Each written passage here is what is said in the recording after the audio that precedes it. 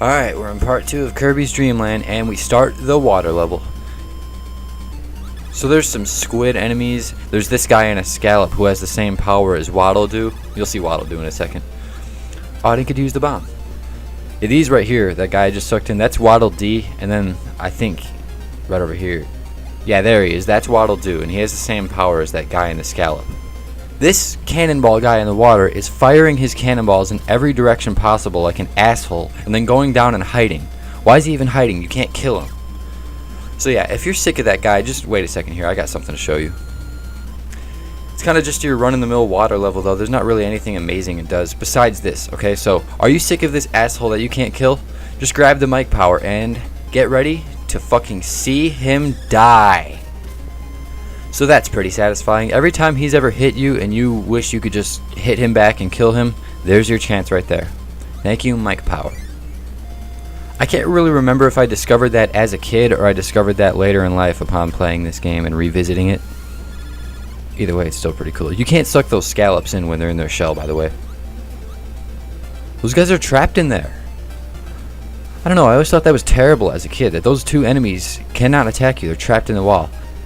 There are so many points in this game where I vividly remember exactly what I was thinking playing this game as a kid. Here's another little thing I used to make fun of. They try to hide a door here, but it's not even a door. It doesn't even have the top of it. It's just a little square.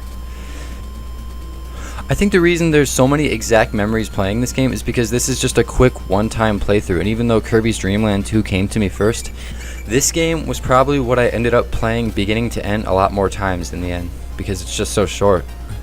And I had just as easy of access to one game as the other, because my cousin owned Kirby's Dreamland 1, and I always brought Kirby's Dreamland 2 over to his house to play it. I actually think that's where I was gifted the game for the first time. And that's kind of how I got started on video games altogether. It all started with these two Kirby games. My cousin had the first one, and I had the second one. And then eventually I think I just went ahead and stole the first one from him anyway. Those cannonball guys don't die when you hit them with this power. I don't know if you saw, but I just tried to hit him with it and I got hit instead. But I think the cartridge that I stole from my cousin for Kirby's Dreamland 1 is actually the one I still have today. I don't think I ever got rid of it. That's not what I'm using for this playthrough though. Okay, so if you bring this power into the water, it makes a tearing sound and then you lose it. You can't use it under the water. I don't know why. But yeah, there's a secret one up here. Not even sure if it was a secret. It's pretty easy to find. Oh, but there's something I want to talk about at this part. Another childhood memory. So when you go in here and it's all peace and quiet in here, all the enemies are still out there waiting to kill you, right? So once you get out here, they're all literally just doing their own thing. I just noticed they were all doing their specific attacks as a kid, and you can see how much imagination I was putting into this game as a young child. So I think it's about time that this Kirby game took to the skies. Something that most Kirby games usually do. It's kind of a theme. Yeah, you can probably notice though that all the observations I was making with this game are literally things that a 6-year-old would notice. I was probably younger than 6. I'm not about to go make some huge stretch and say that I was 0 playing this game, but I was really young. Okay, so they give us this power to fight this boss with, the third world boss, and his name is Kabula. I like that name. And he has a hot air balloon attached to... Actually, I should say he is a hot air balloon attached to a cannon. And he's just firing away at you and eventually charging at you. And I usually like to try and make it a point not to get hit in this boss, but I actually did. But looking back, I don't think that's too bad, because when you get hit in that boss, strangely enough, Kirby doesn't make his usual getting hit sound. Instead, it's like a little whimper. And I don't know, if you want to rewind and check it out and see if you could hear it, I was probably talking over it. But just a little strange observation. Bubbly Clouds will be our second to last stage of the game, and these cloudy, starry Kirby levels have a way of having some real magical looking color palettes. So let's see what I can do here. There we go. Let's bring this level to life, make the magic happen. Yeah, I said this was the second to last stage, but it actually is the last original stage. You'll see what the last level does when we get there. But yeah, it's kind of hard. There's some tight spaces. They up the challenge a little bit. I mean, this game altogether is really easy, so I'm gauging the difficulty based on that. But usually but these guys, you cannot suck them in. They will come at you with piss and vinegar if you try to. And not only that, when you kill them, which you can only do by spitting something at them, they explode, and you get hurt if you're close to it. And yeah, they can be kind of a pain to deal with. They're a recurring character. They'll be back in pretty much every Kirby game. So I know it seems like I only chose cotton candy colors for this level, but once we get to the starry skies and everything, you'll see why I chose these colors. Trust me. I had no idea you could suck in the umbrellas at that part. Wow, this game is over 10 years old to me and I'm still learning new things about it. That's insane. Come on, all these enemies with abilities. I just want to copy all of them already. I'm so sick of eating people.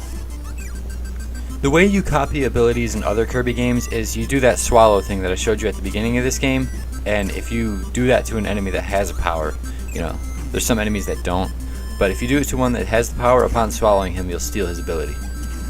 But I'm not going to talk too much about that yet, because that's in the very next Kirby game, and...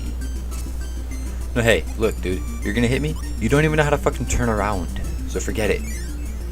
Oh, I have another flashback for this part. Okay, so my cousin used to tell me that these guys right here, these enemies, he used to tell me they're like your friend or something. He used to tell me something like they're here to help you or something. Something like that. I don't remember exactly, but I was like, you fucking liar, dude. Those are enemies. They don't know they're here to help you. They hurt you if you get hit by them.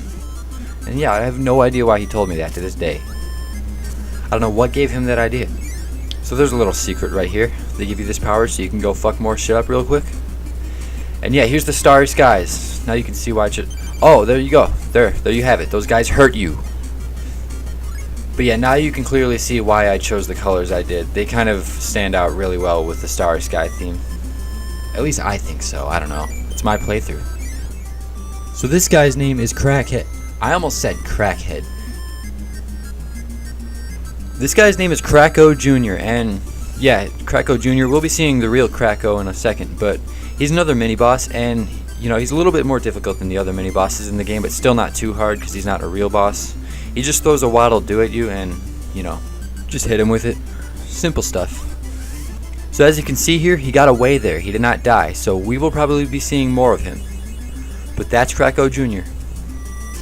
Beautiful waterfalls, and they give you this power one more time in the game, so you can go ahead and, you know, you can go ahead and fuck shit up. Yeah, they give you a whole wall of these star blocks to just tear apart.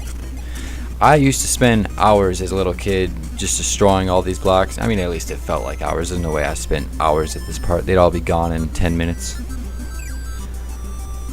I really like the theme song for this level. It's so wondrous. Okay, so at this part they give you this power to use one last time, and I forgot to say earlier in this playthrough, this is actually the super spicy curry that you see in Super Smash Bros. And that's why, don't fall down these holes by the way, they're designed to kill you. But yeah, he's blowing fire, that's why you can't use it underwater. I said earlier in this playthrough I don't know why you can't use it underwater, but that's why. I don't know why I said that. So if you jump through the ceiling at that part, there's another little secret there, and if you walk all the way here and bump into that wall, that 1-up appears. Yeah, you can tell it's a secret because these pillars here, they don't go through the platform that I'm standing on, but that one does, and that's how you know. There's also this right here that looks like a secret, but no, it isn't. Don't push your luck, they said.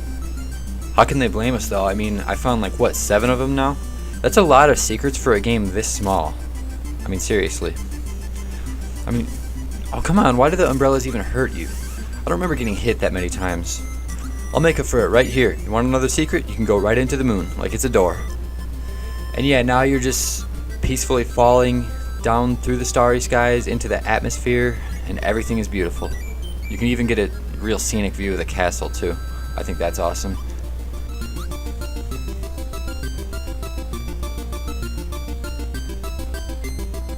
And yeah, I always thought if you fly up at just the right time, you can time the music perfectly with the, you know, the scenery.